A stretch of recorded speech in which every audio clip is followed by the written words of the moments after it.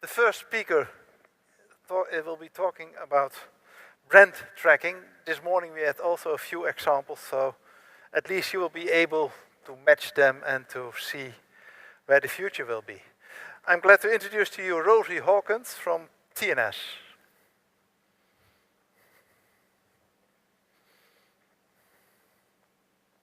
Thank you. Thank you, good afternoon.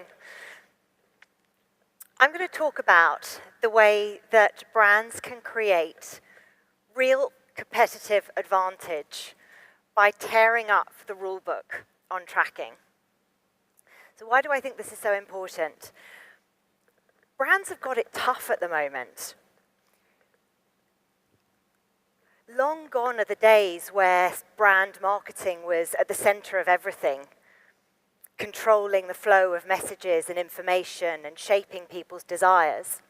With the advent of digital, we saw an empowered consumer. We saw more access to more information. And as a result, we saw an explosion of consumer-generated content, of online review sites, of price comparison sites, and we saw every brand's indiscretion, real or perceived, broadcast to the masses. We've also seen more competition. So as barriers to entry have fallen, every brand can be a global brand. And as the balance of power shifted from brand to consumer, we entered into an era of co-creation and customization, again, creating more choice. And all of this has put pressure on pricing. So all of this has created an ability for consumers to compare pricing, for consumers to exercise their group buying power, and to put pressure on markets. And as a result, more and more categories are running the risk of commoditization or the race to the bottom. And just to depress you even further, all of this is happening in the context of what can really only be described as a gloomy economic outlook. Now, there are brands that have been enormously successful, of course, during this time. And I know some of these have been spoken about today already. Brands like Airbnb and Uber, they've been talked about a lot in the business press, a lot in the industry press. The points I want to draw out about these brands, though, are their understanding of context. Big context, the landscape that they operate in, and their ability to tear up their own rule book of the way a category behaves and to create new demand, create new opportunity. So they understand the big context, the big landscape in which they operate. But they also understand the little context. They understand the moments when decisions are being made, and they understand the dynamics of those decisions. So take the surge pricing, for example, for Uber.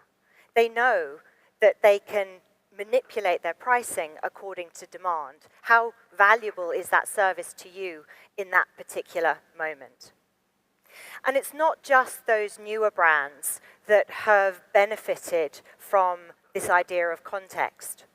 Brands like Nike, brands like the sports drink brand 100+ in Asia, I think are great examples of brands that have really understood the landscape that they operate in, and they've evolved their core business from sportswear or sports drinks, and they've really thought about the role that they can play in people's lives.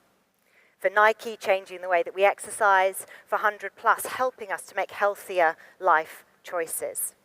So great examples of brands that have evolved their own categories and evolved the way that they can touch people's lives around the broader landscape. And so on top of everything else, brands need to understand the context in which they operate, but how fast that context may be shifting and what action they need to take in order to respond. And to do this, and to do this well, marketers need new tools. And too much of traditional research is backward-looking. Too much of it is rear-view mirror, and that prompts reactive behavior. What organizations need are forward-looking insights that help them to anticipate and predict shifts in consumer behavior or consumer attitude so that they can genuinely take action and use that information for business planning and for investment decisions. And too much research is no longer fit for purpose in that environment. Now, this is true of all research. I'm going to focus on tracking. Tracking, as you all know, it's sort of the cornerstone of any research program. It's been around for an awful long time. But I think it's worth bearing in mind that it was created for a different era. It was created at a time when information was scarce. And so we needed to create these questionnaires that covered anything and everything that we could possibly think of as being useful. But times have changed, and there are other ways and better ways to get to that information. And so tracking needs to evolve as well, or it risks extinction. Now, the good news. The good news is that we are on the brink of a new digital revolution, and one that puts the information advantage back to the marketer.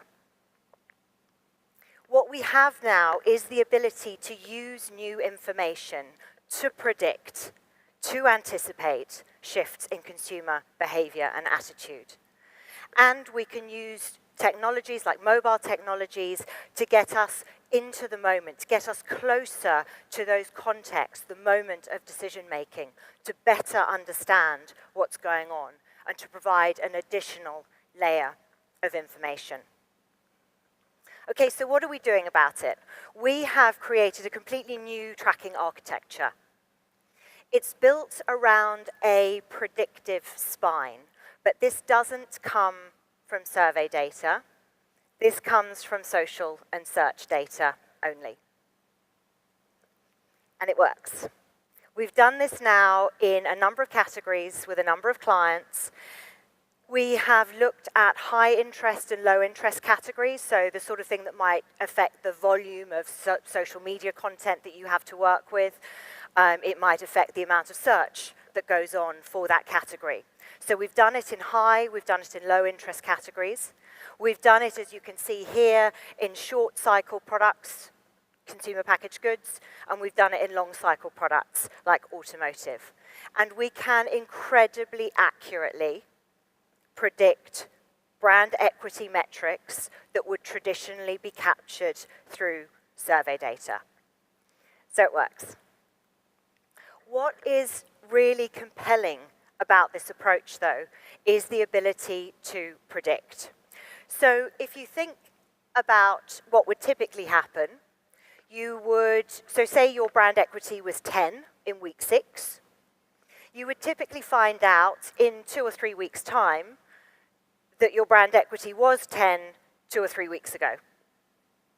What we can do now is we can tell you 2 or 3 weeks ahead of time that your equity will be 10 in 2 or 3 weeks' time, giving you an amazing opportunity to act, to take action, and to do something to manage and control your brand.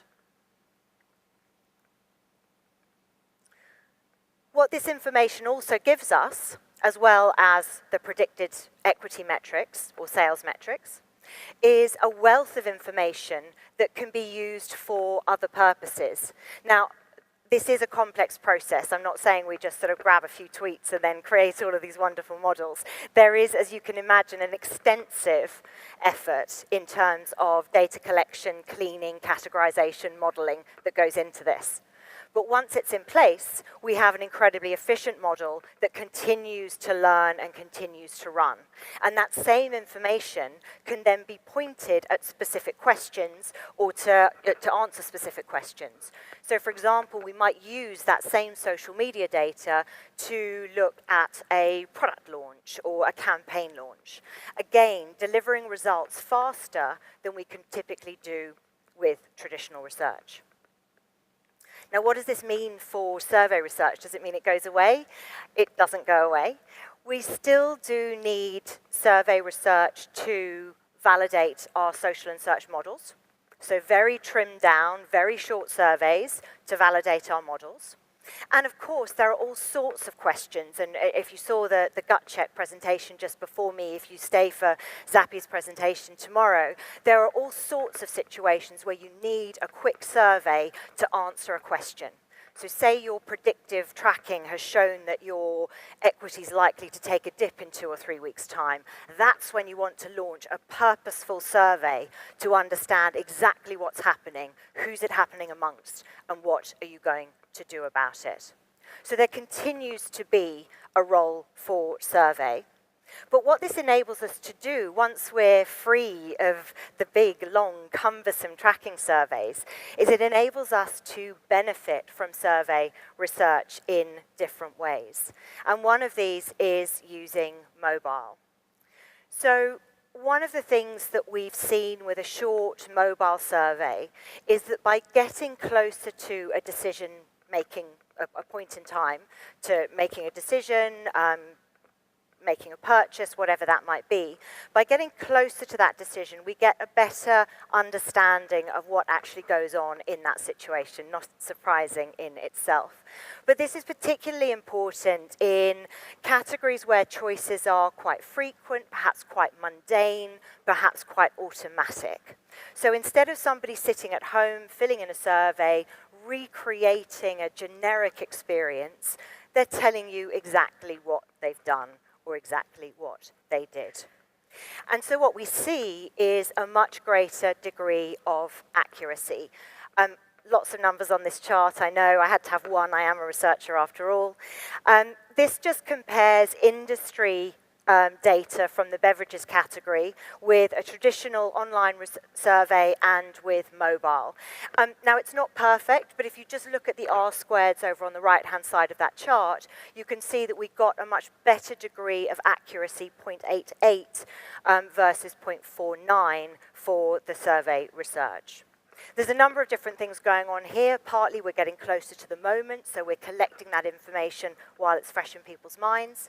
But also with mobile we're getting to better representation. We can often reach hard-to-reach communities or difficult-to-reach demographics. So all of that is driving the accuracy. But there are other benefits to mobile as well, and this is the ability to get into those all-important little contexts. So what is actually going on at specific moments in time? What decisions are being made, and how are those decisions being made? This is an example from the quick service restaurant category. This is Subway, it's a sandwich shop. And what we're able to do using a mobile diary that looks at a brand's equity over time is we're able to pinpoint opportunities to specific day parts or days of the week, whatever's relevant for the category. But in this instance, even using a very short, I'm talking 2-3 minute survey, we're able to pinpoint specific growth opportunities for the brand, specific areas where their share is at risk, and we're able to understand who their competitive set is in that moment, not the generic one, because the competitive set changes, it's context-driven. So we're able to understand the specific competitive set, who are they with, and what are the different motivations and barriers influencing their choices.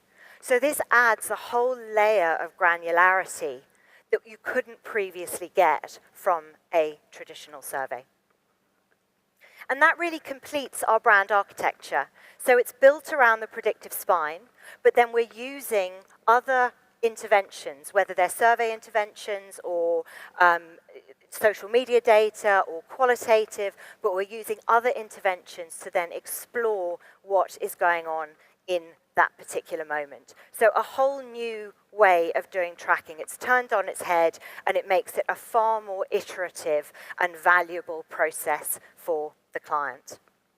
So there's a huge amount going on for brands at the moment. It's a really tough environment for them to operate in. And brand marketers need every advantage they can possibly get. There is so much that we can do with new data and with new technology, but we do have to break some of our bad data habits and embrace the change. Thank you.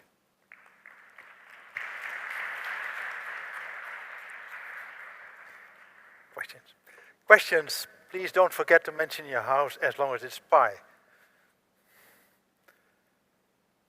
questions? In your tracker, you don't have anything about social media and well, there's a question. Yes, sorry.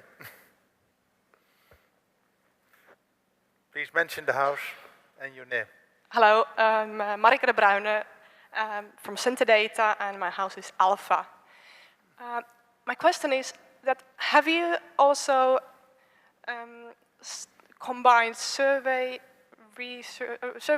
with data which you could get from people if you're tracking their movements based on the mobile phone, GPS locations, and other data you could get passively from the mobile phones?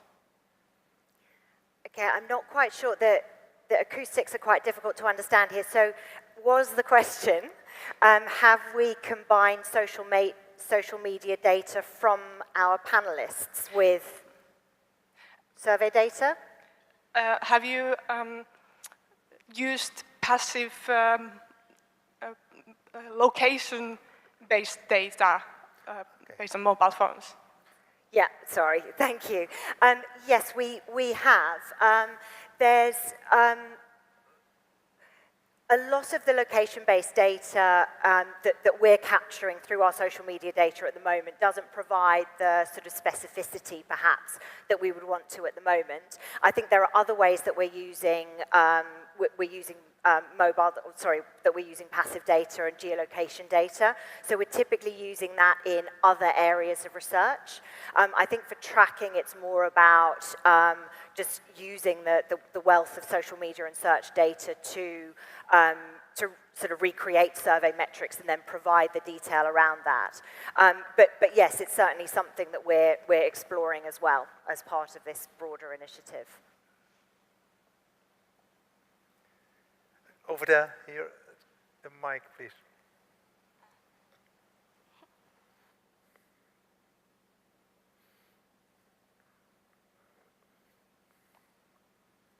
Do you see any limitations in replacing survey with listening?